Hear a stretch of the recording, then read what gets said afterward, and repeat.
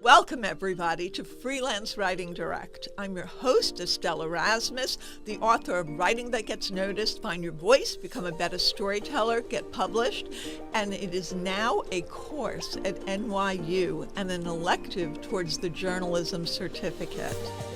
Every week, I speak with novelists, with authors, with writers of every niche to talk about their tips, their tricks, their strategies, and how the sauce is made, including creative advice. I'll talk about essays and articles and share my own experience from 3 decades of publishing. So join me every week and grow your business and build your craft with Freelance Writing Direct. And don't forget to subscribe, rate, and review on iTunes, and follow along on Substack, where I share special clips for subscribers only at estelleserasmus.substack.com. Welcome, everybody, to this episode of Freelance Writing Direct. And I'm so happy to have Emily Paulsen with us today. And I'll tell you a little bit about Emily. She has built a successful career as a freelance writer and editor. She has contributed to more than a dozen books, including 3 as co-author. She has covered a variety of subjects over the years, but specializes in health and healthcare with an emphasis on health equity and improving the healthcare experience for patients and providers. She is currently president of the American Society of Journalists and Authors, the leading professional organization for independent journalists, authors, and content writers. Welcome, Emily. Thank you so much, Estelle. It's great to be here. Well, I'm excited to talk with you about ASJA. And I have a long history with ASJA. Back when I was a magazine editor-in-chief in the mid to late 90s and early aughts, I joined in 1997. I proceeded to become very involved. I was programming chair of the New York chapter, which they had at the time. And I also have spoken at many of the conferences. I was recently the wonderful book club that Sandy Schwartz had started. So we talked about Writing That Gets Noticed. It's just been such a great organization, and I really love having it almost as like the third character sometimes when I'm talking to people, because inevitably there's some connection with a freelance writer that I'm speaking to, not necessarily an author, but not necessarily not an author, and they talk about ASJA. So let's talk about your role as president of ASJA and also your long history with ASJA. Yeah, no, I love talking about ASJA. I've been a member since just a little longer than you have.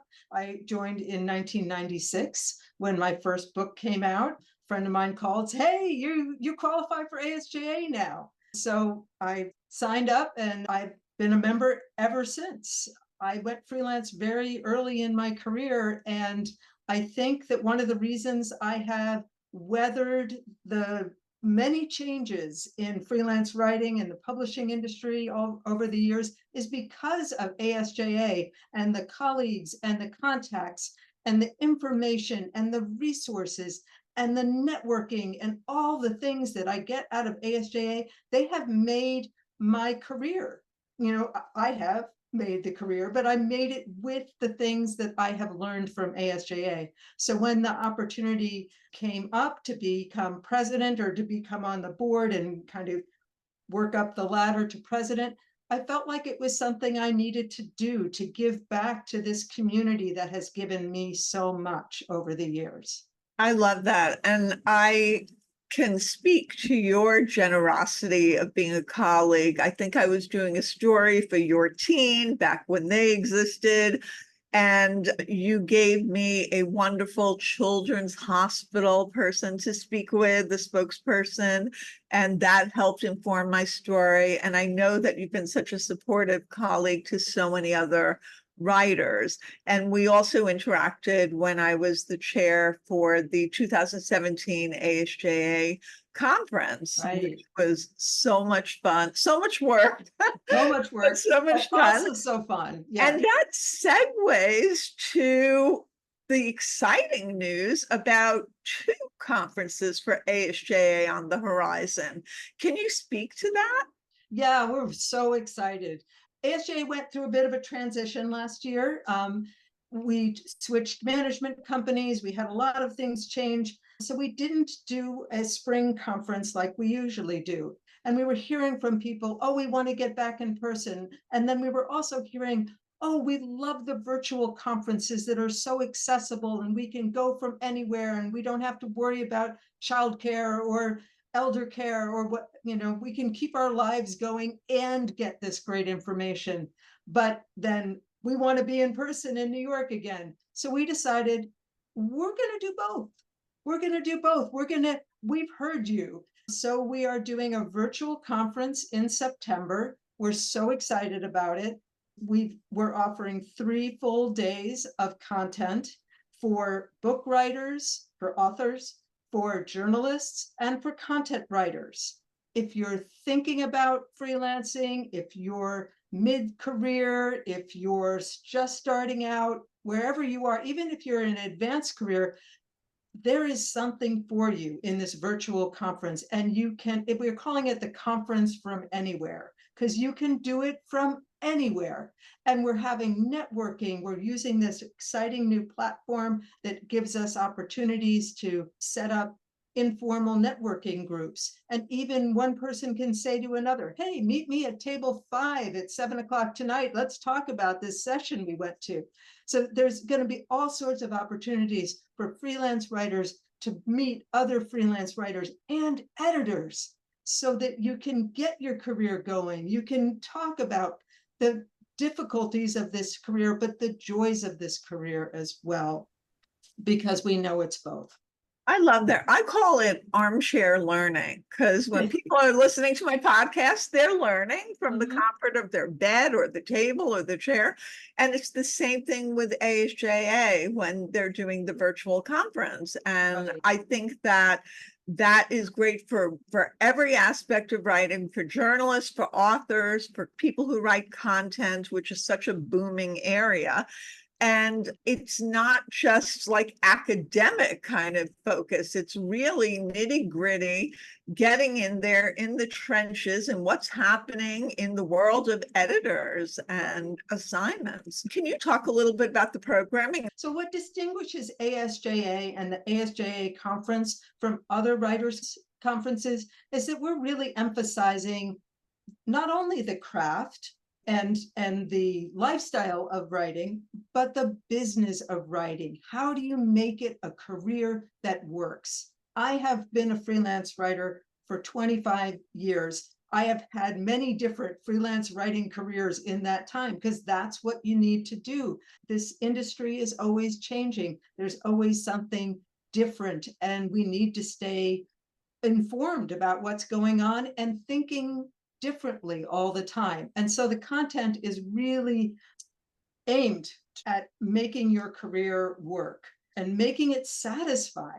You just look at our keynoters and you can see this. One of our keynoters is Krishan Trotman, author and founder of Hachette's new Legacy Lit imprint, which is bringing new voices into literature. She calls herself the Beyonce of books, which I just love. I love that. I'm so excited to hear from her. And then Peter Shankman, who is a serial entrepreneur, founder of the new Source of Sources service, which is so key for journalism and journalists and anyone writing anything when you need an expert. He spoke at our 2010 conference and bowled everyone over. That was when he had rolled out his order out.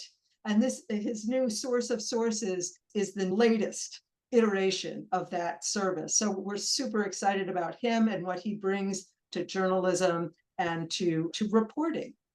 And then David Brown, he's assistant dean and communications professor at Temple University, and he's an award-winning speaker, a columnist, And he is going to be speaking about maintaining your journalistic integrity in a content-driven world. That, you know, more and more of us, if we're going to make freelance writing work, we're looking a little bit into content and how are we going to do this? But we don't want to sell ourselves out. That's the last thing we want to do. We went into journalism and writing because we wanted to tell the truth. Yes. We didn't want to pander to brands or whomever. We want to tell stories. We want to get information into the hands of people, accurate information, which is so important today. So I'm really excited about the lineup of keynoters for the conference. Yeah, I know Peter, he's been on my program. He's wonderful. I mean, Harrow was the only game in town for ages, and it was so good. But then he sold it in 2014 to a media company, and he didn't have his vigilance on it, and it definitely shifted. So having source of sources is just amazing. SOS, as he calls it. SOS, yes. Just so pithy and perfect. Right. And as for journalism and telling the truth, I just finished a intense high school academy program that I teach for NYU for rising sophomores and juniors from all over the world. And really, they were surprised to learn that storytelling is a big part of journalism. It's storytelling, but with the truth. It's interesting. It's not a dry topic. You know, the Pulitzer Prize winning pieces, features that are journalism, those imbue their work with scenes, with dialogue, with description. Any good story does that too. And so I think some of the younger generation maybe doesn't understand that. There's always a story, and the finding of it is, I mean, it's like being a detective sometimes. And, you know, where is that story? What is the hook? What is the thing that's going to make this come alive for somebody else? And that is, it's so exciting. I mean, I get kind of lit up when I think about it. That is so exciting. And I love that you talk about where is the hook and like being a detective, because it's really true. And in fact, the session that I'm leading with, I'm going to go dum, dum, dum, dum, with the one and only Abigail Thomas. Abby to me, she's become a good friend, and we are doing a session together.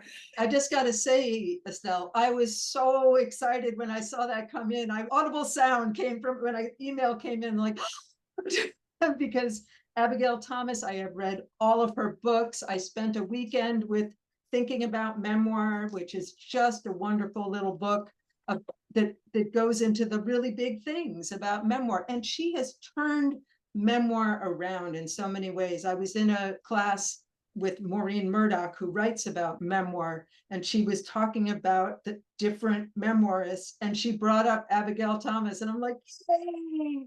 So I'm so happy to hear that. And so our session is sliding your way into story using a side door.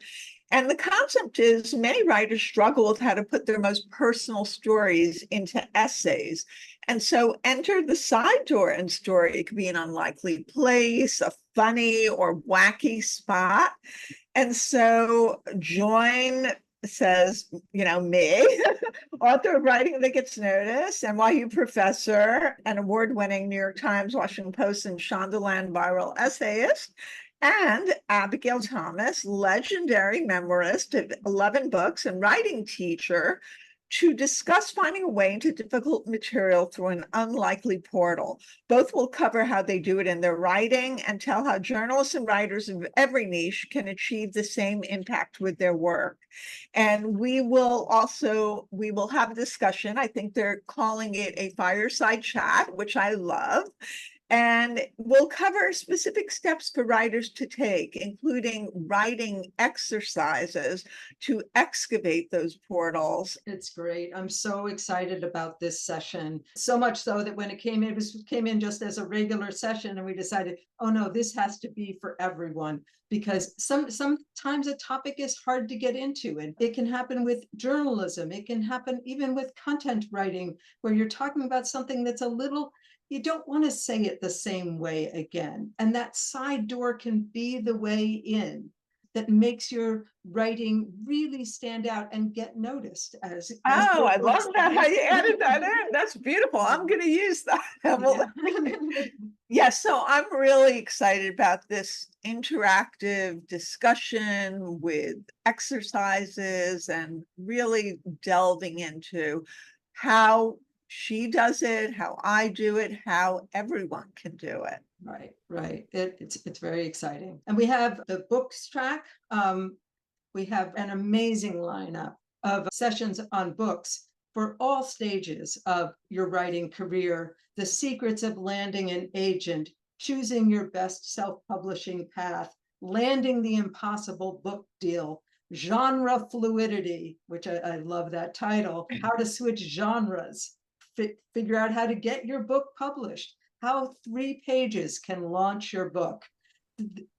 Just exciting topics. And then we have the journalism track that's coming together, breaking into the AARP publishing empire. AARP is so much more than just the magazine. There are newsletters and all sorts of markets within markets. So we're going to have several editors from AARP talking about how to break into this kind of holy grail. I love AARP. I've been in the magazine, the Ethel, and the Girlfriend. Right.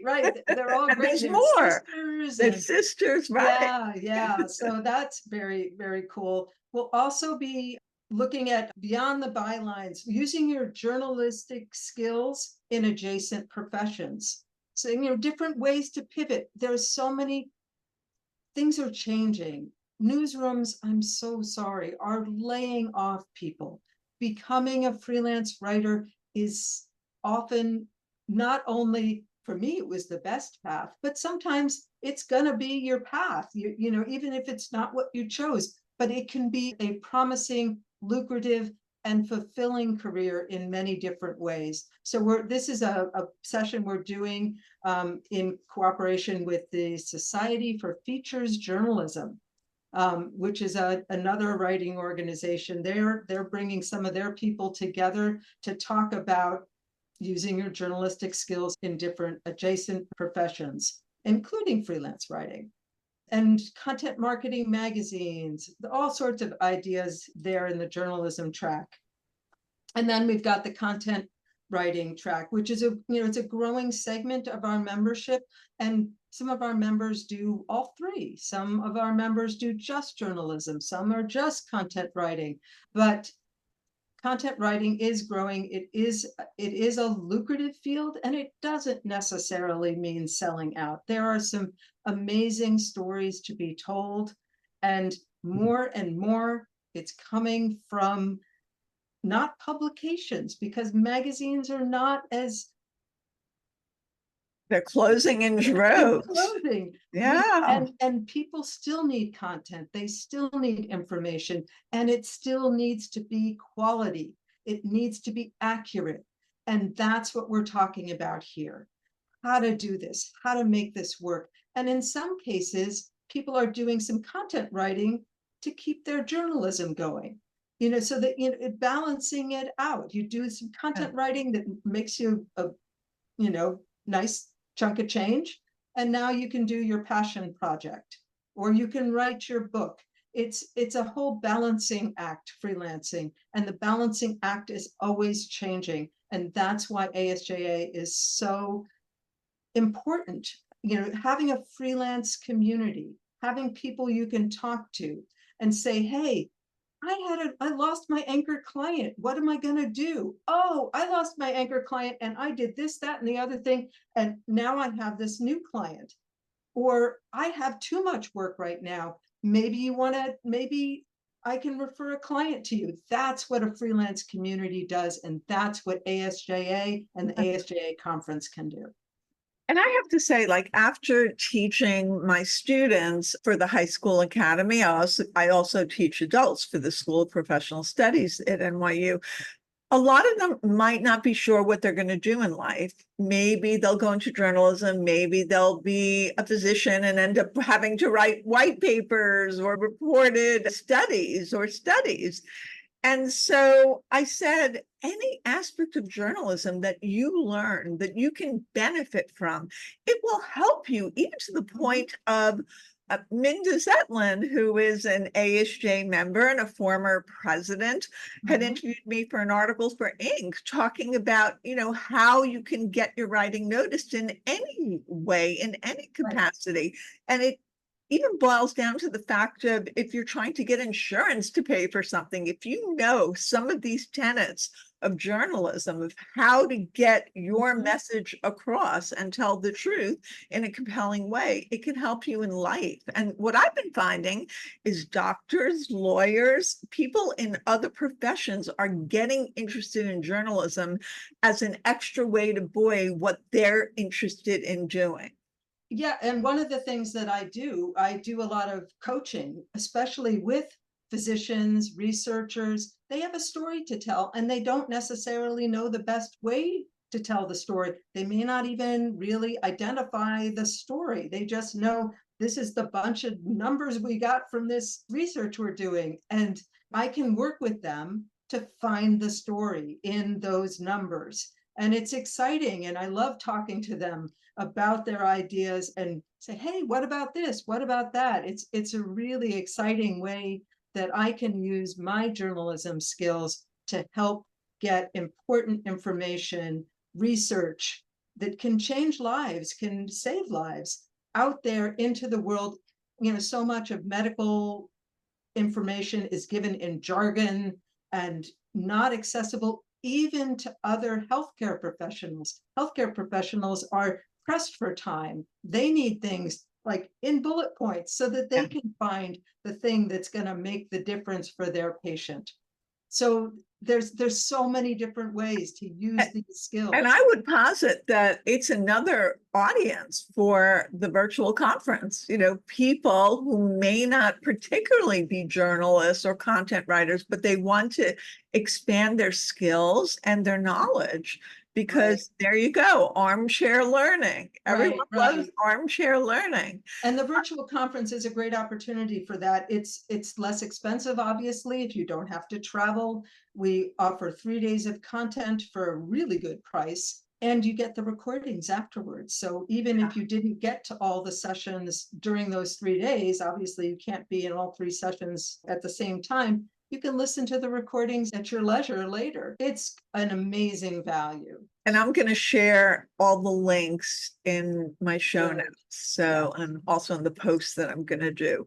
So before you touched on something, you talked about a little bit about diversity. And can you talk about how that's being addressed from a conference level at ASJA?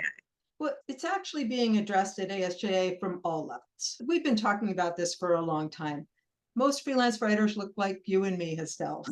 It's really true. But there are other voices out there. There are other freelancers out there, and we need to be elevating all voices. And that's really what I want ASJA to represent: the freelance writing community, the representation of the diversity of this country. And ASJA reaches beyond the US to Canada, Europe, Africa. We've got members from all over the world. Yes, which is wonderful. Yeah. So at the conferences, we're really making sure that we're elevating all voices. We're making sure that we have panelists from different backgrounds, that represent different ages, different ethnicities, different parts of the country. We really want to bring up these different voices and make sure that we're hearing from them. We're not just getting one perspective. Right. So, And I know that the initiative started a couple of years ago, but you are continuing to shepherd that with your leadership as president. yeah, it's been going on for a while. We started our task force back in 2021, but we had already been looking at this, but we needed to step things up. Yeah. We brought on a consultant, Janet Stovall, who has been wonderful. The presentations she's made for ASJA are on our diversity page on the website, free to anyone. She did a great session in June called "Do You Really Want to Say That?" And if people brought their questions about how do I approach this subject? What are the words I want to use? And it was a great discussion. So much got just aired very honestly. Yeah. It's made a great difference. And that kind of dialogue is so helpful. And so ASJA used to just be for the professional level, but a couple of years ago, they started an associate level. Can you Right. talk to that as well? Yeah, so ASJA is a professional organization. There are qualifications to get in. And I can bring up the eligibility requirements here. I haven't had to apply in a while. But for a professional member, you have to have 6 articles that have appeared in national publications, and there's some other qualifications around that, or 2 or more traditionally published nonfiction books. And again, there's some other versions. Ghostwritten books can qualify, but you need to have proof that you actually wrote it. So if you're not on the byline, then you need to have something from your publisher saying that you were part of this. And we have a growing number of ghostwriters. It's a growing field that we're really an exciting thing that we're offering to our members right now. Current members from underrepresented groups can apply for a scholarship for a 2-week class given by Gotham ghostwriters in Ghostwriting 101. So that's kind of exciting. And that goes in with our diversity. These are members from underrepresented groups.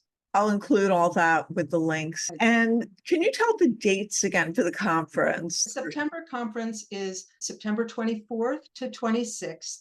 And then we have Client Connections, which is a great program. We haven't even gotten into that. Connections is one of our signature programs where we set up kind of speed dating between writers and editors. I think we have about 20 editors signed up now. We're hoping for more than that if they sign up as they sign up. And then our writers sign up for, I want to meet with this, that, and the other editor, and all goes into a randomized thing, and people get appointments, and they get 9 minutes to introduce themselves and some ideas to the New York Times, to Wirecutter's going to be there, ARP, Costco Connection, Memorial Sloan Kettering. I mean, there are some amazing clients that are coming, and agents, literary agents. You have a book idea, come and pitch your book idea to a literary agent. I signed up for Client Connections. I only met with agents.